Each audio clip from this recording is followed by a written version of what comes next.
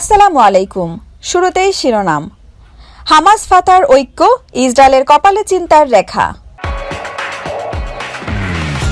বাইডেনের নেতৃত্ব নিয়ে সন্দেহ, এগিয়ে ট্রাম্প। শাহবাজ শরীফ আবার পাকিস্তানের প্রধানমন্ত্রী। মমতার রাজ্যে ৪২ আসন চান মোদি। এবার বিস্তারিত। আগামী বৃহস্পতিবার ফিলিস্তিনের অবরুদ্ধ গাজা উপত্যকায় ইসরায়েলি আগ্রাসনের ৫ মাস পূর্ণ হবে। এই সময়ের মধ্যে ৩০,০০০-এর বেশি নিরপরাধ ফিলিস্তিনির প্রাণ গেছে। মার্কিন প্রতিরক্ষা মন্ত্রী জানিয়েছেন, এর মধ্যে ২৫,০০০-এর বেশি নারী ও শিশু। এই রিপোর্ট প্রকাশিত হওয়ার পরপরই ইসরায়েলি বাহিনী গাজায় সন্তানের ক্ষুধা মেটাতে ত্রাণের অপেক্ষায় থাকা সাধারণ মানুষের উপর নির্বিচারে গুলি চালিয়ে ১১২ জনকে হত্যা করে। কিন্তু গুলির ঘটনা বেমালুম চেপে যায় ইসরায়েল। দেশটি অন্য জায়গার ভিডিও সম্পাদন করে মিথ্যা তথ্য প্রচার করে। সেনাবাহিনী বলে, গাজাবাসী খাবার নিতে হুড়োহুড়ি করতে গিয়েই পদপিষ্ট হয়ে মারা গেছে। যদিও বিবিসি ভেরিফাই সেই তথ্য ভুল প্রমাণিত করেছে। ইসরায়েলের মিথ্যা দাবির মধ্যেই ফিলিস্তিনবাসীর জন্য হয়তো একটা সুখবর এসেছে। মস্কোতে একটি বৈঠকে কয়েক দশক ধরে শত্রুতার সম্পর্ক রাখা হামাস এবং ফাতাহ ঐক্যবদ্ধ হওয়ার ঘোষণা দিয়েছে। তাদের সঙ্গে অন্যান্য ইসলামী গোষ্ঠীও একসঙ্গে স্বাধীন ফিলিস্তিন রাষ্ট্র গঠনের ডাক দিয়েছে। এমন ঘোষণায় হয়তো ইসরায়েল এবং তার মিত্রদের কপালে চিন্তার ভাঁজ পড়তে পারে। তবে হামাস ফাতার ঐক্য বাস্তবায়িত হলে স্বাধীন ফিলিস্তিন রাষ্ট্রের স্বপ্নের বাস্তবায়ন অনেক দূর এগিয়ে যাবে বলে মনে করা হচ্ছে। নিজেদের মধ্যে বৈরিতা ভুলে গিয়ে ইসরায়েলের বিরুদ্ধে এক হওয়ার ঘোষণা দিল ফিলিস্তিনের প্রতিরোধ গোষ্ঠী হামাস ও ফাতাহ। চলমান যুদ্ধে কিভাবে ইসরায়েলকে মোকাবিলা করা যায় এবং যুদ্ধের পরে কর্মপরিকল্পনা কি হবে তা নিয়ে বিস্তর আলোচনা হয় মস্কোতে। শুক্রবার মস্কো থেকে এক বার্তায় ফিলিস্তিনি গোষ্ঠীগুলো জানায়, প্যালেস্টাইন লিবারেশন অর্গানাইজেশনের অধীনে আবারও একই ব্যানারের নিচে আসছে সবাই। সবগুলো পক্ষই এবার ফিলিস্তিনি রাষ্ট্র প্রতিষ্ঠার বিষয়ে একমত প্রকাশ করেছে। যদিও হামাস ও ইসলামিক জিহাদকে সন্ত্রাসী বাহিনী হিসেবে ঘোষণা করেছে যুক্তরাষ্ট্র ও তার মিত্র পশ্চিমা দেশগুলো, তবে পিএলওর সরকারকে আন্তর্জাতিকভাবে স্বীকৃতি দেয় তারা। এর আগেও হামাস ও পিএলওকে একসঙ্গে আনার নানা চেষ্টা ব্যাহত হয়েছে, তবে সর্বশেষ রাশিয়ার উদ্যোগে এই চেষ্টা সফল হলো। গত বছরের ৩০ জুলাই উদ্যোগ সফল করতে একটি কমিটি গঠন করা হয়েছিল। সাম্প্রতিক বছরগুলোতে ফাতাহ ও হামাস সহ ইসরায়েল ফিলিস্তিন সংঘাতের সবগুলো পক্ষের সঙ্গে সুসম্পর্ক বজায় রেখেছে রাশিয়া। ইসরায়েলের সঙ্গে রাশিয়ার সম্পর্ক এখন তলানিতে। গাজা উপত্যকায় দখলদার ইসরায়েলি বাহিনীর বিরুদ্ধে অনেকটা একাই লড়াই চালিয়েছে ফিলিস্তিনের স্বাধীনতাকামী সশস্ত্র গোষ্ঠী হামাস। কিন্তু নিরীহ ফিলিস্তিনিদের ওপর মধ্যপ্রাচ্যের কসাই হিসেবে পরিচিত বেনিয়ামিন নেতানিয়াহুর লেলিয়ে দেওয়া ইসরায়েলি সেনাদের নির্বিচার হত্যাযোগ্য আর মেনে নিতে পারছে না ফাতাহ। নিজেদের মধ্যে দা কুমড়া সম্পর্ক ভুলে গিয়ে ইসরায়েলের বিরুদ্ধে এক হওয়ার ঘোষণা দিল। এর আগে ইসরায়েলি বাহিনীর আগ্রাসনের বিরুদ্ধে নিজেদের মধ্যকার যাবতীয় বিভেদ ভুলে সব ফিলিস্তিনিকে এক হওয়ার আহ্বান জানান রাশিয়ার পররাষ্ট্রমন্ত্রী সের্গেই ল্যাভার্ভ। হামাস ফাতার বৈরিতা ফিলিস্তিনের প্রধান রাজনৈতিক দলগুলোর মধ্যে এই দ্বন্দ্ব চূড়ান্ত পর্যায়ে পৌঁছেছিল ২০০৭ সালের জুন মাসে। সে সময় গাজা উপত্যকায় হামাস এবং ফাতার লড়াইয়ে বহু মানুষ হতাহত হয়েছিল। এই সশস্ত্র সংঘাত গাজার যুদ্ধ নামেও পরিচিত। এই লড়াই দুই প্রতিদ্বন্দ্বীর মধ্যে এত গভীর বৈরিতা সৃষ্টি করেছিল যে সেই সংঘাতের চিহ্ন আজও বয়ে বেড়াতে হচ্ছে।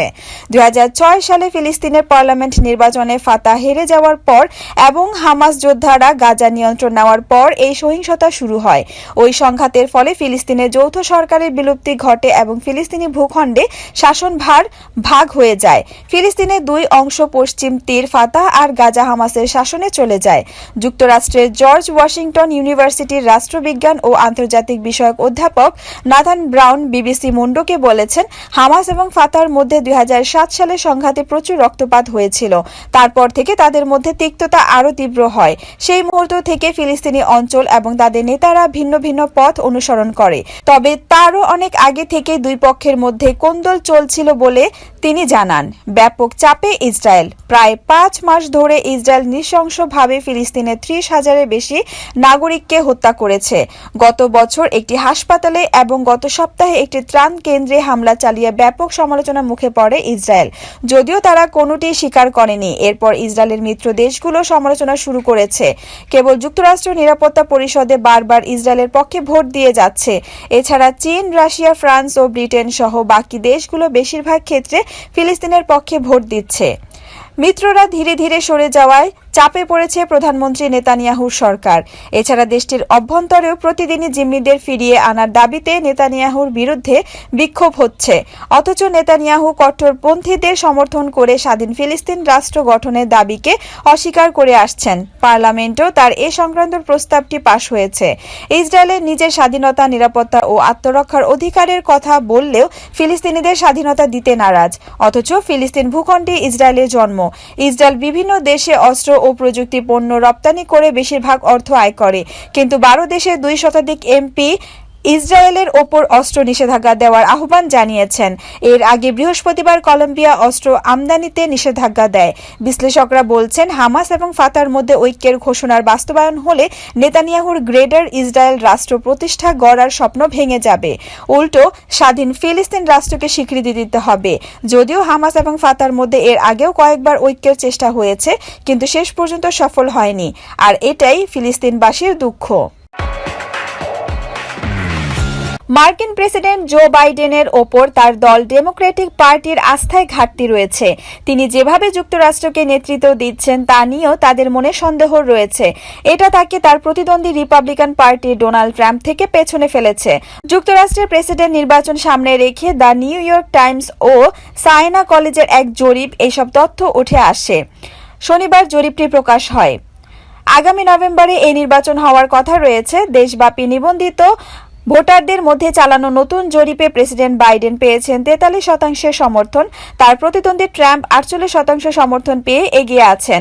10% ভোটার কোনো মন্তব্য করেননি। কেবল 4 জনের মধ্যে একজন ভোটার মনে করেন যুক্তরাষ্ট্র সঠিক পথে রয়েছে। অধিকাংশ ভোটার মনে করেন অর্থনীতি খারাপ অবস্থায় আছে। জরিপে বলা হয়, ট্রাম্প তার দলকে যথেষ্ট ঐক্যবদ্ধ করতে সক্ষম হয়েছেন। বিভিন্ন অঙ্গরাজ্যের মনোনয়নের প্রাথমিক লড়াইয়েও এটা দেখা যাচ্ছে।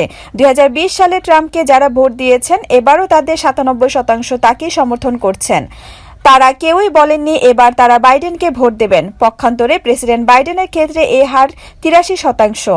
আর 10% ভোটার বলছেন 2020 সালে বাইডেনকে ভোট দিলেও এবার তারা ট্রাম্পকে দেবেন। বিগত নির্বাচনে বাইডেনকে ভোট দিয়েছিলেন লস অ্যাঞ্জেলেসের একটি বিশ্ববিদ্যালয়ের অর্থনীতির অধ্যাপক মমতা মিশ্র। তিনি বলেন, আমি এবার খুব কঠিন সিদ্ধান্ত নিতে যাচ্ছি। আমি ভাবছি এবার ভোটই দেব না। জরিপে দেখা গেছে ট্রাম্প 5 পয়েন্ট এগিয়ে আছেন। পাকিস্তানে আবার প্রধানমন্ত্রী নির্বাচিত হয়েছেন পাকিস্তান মুসলিম লীগ নওয়াজের প্রেসিডেন্ট শাহবাজ শরীফ। খবর জিও নিউজ। জাতীয় নির্বাচন পরবর্তী রাজনৈতিক অচল অবস্থা কাটিয়ে শাহবাজ শরীফ পাকিস্তানের 24তম প্রধানমন্ত্রী হলেন। শাহবাজ পাকিস্তানের সাবেক প্রধানমন্ত্রী। তিনি আরেক সাবেক প্রধানমন্ত্রী ও PMLN এর নেতা নওয়াজ শরীফের ভাই এবং পাঞ্জাবের মুখ্যমন্ত্রী মরিয়ম নওয়াজের চাচা। গতকাল রোববার পাকিস্তানের জাতীয় পরিষদের অধিবেশনে পার্লামেন্ট সদস্যদের ভোটে জাতীয় পরিষদের নেতা ও দেশের প্রধানমন্ত্রী নির্বাচিত হন শাহবাজ। জাতীয় পরিষদের ভোটাভুটিতে শাহবাজ 201 ভোট পেয়েছেন। শাহবাজ শরীফের প্রতিদ্বন্দ্বী ছিলেন পাকিস্তান তেহরিকে ইনসাফের নেতা ওমর আইয়ুব। তিনি পেয়েছেন 92 ভোট। পাকিস্তানের সংবিধানে বলা আছে প্রধানমন্ত্রী হওয়ার জন্য কোনো প্রার্থীকে পার্লামেন্টে 336 সদস্যের মধ্যে 169 জনের ভোট পেতে হবে। ইমরান খানের দল PTI এর নেতৃত্বাধীন জোট সরকার 2022 সালের এপ্রিলে পার্লামেন্টের নিম্নকক্ষ জাতীয় পরিষদে বিরোধীদের আনা অনাস্থা ভোটে ক্ষমতাচ্যুত হয়। এরপর পদত্যাগ করেন প্রধানমন্ত্রী ইমরান। পরে শাহবাজ শরীফের নেতৃত্বে দেশটিতে বিরোধিতা জোট সরকার গঠন করে। পাকিস্তানের নির্বাচন কমিশন চলতি বছরের 8 ফেব্রুয়ারি নির্বাচনের আগে PTI এর বিরুদ্ধে নির্বাচনী আইন লঙ্ঘনের অভিযোগ এনে দলটিকে বাতিল ঘোষণা করে। এ কারণে PTI এর প্রার্থীরা তাদের দলের নির্বাচনী প্রতীক ব্যাট নিয়ে প্রতিদ্বন্দ্বিতা করতে পারেননি। নির্বাচনে অংশ নিতে পারেননি PTI এর প্রতিষ্ঠাতা ইমরানও। এজন্য দলটির নেতারা স্বতন্ত্র নির্বাচন করেন। এবারে নির্বাচনে কোনো দল সরকার গঠন করার মতো সংখ্যাগরিষ্ঠতা পায়নি। সবচেয়ে বেশি আসন পান PTI সমর্থিত স্বতন্ত্র প্রার্থীরা। দ্বিতীয় সর্বোচ্চ আসন পায় PMLN। তৃতীয় স্থান পায় পাকিস্তান পিপলস পার্টি। এরপর MLN ও PPP জোটবদ্ধভাবে সরকার গঠনের সিদ্ধান্ত নেয়।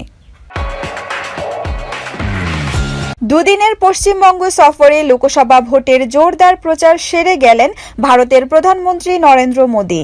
শুক্রবার আরামবাগের পর শনিবার নদিয়ার কৃষ্ণনগরে ইসবার 400 পার এর মন্ত্র ছড়িয়ে দিয়ে গেলেন পশ্চিমবঙ্গে।